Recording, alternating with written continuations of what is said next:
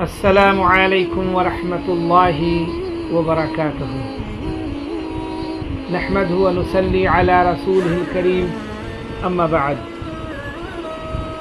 آج کا موضوع ہے جادو کرنا اور کرانا۔ میرے محترم بزرگوں اور دوستوں، آج کل یہ بہت ہو چکا ہے۔ کوئی اچھی طرح کما کھا رہا ہے، اس پہ جادو کر دیا گیا۔ کوئی صحت مند ہے، اس پہ جادو کر دیا گیا۔ غرض یہ کام بہت لوگ کر رہے ہیں۔ کاش ان کو یہ معلوم ہو جائے کہ اس پر اللہ کے ہاں سزا کیا ہے، تو کبھی زندگی میں کسی پر جادو نہیں کریں گے اور نہ کسی کے پاس جادو کرانے کے لیے جائیں گے۔ اللہ کے نبی صلی اللہ علیہ وسلم نے ارشاد فرمایا کہ جادو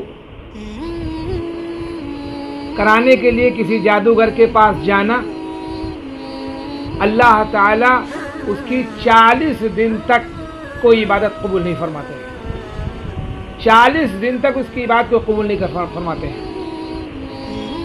تو جادو کرنا اور جادو کرانا یہ دونوں جہنمی ہیں، دونوں جہنم میں جائیں گے۔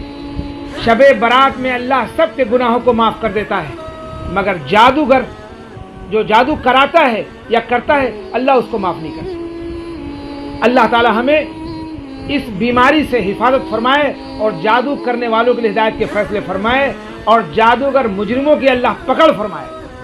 وآخر دعوانا الحمدللہ رب العالمین، آمین اللہم آمین۔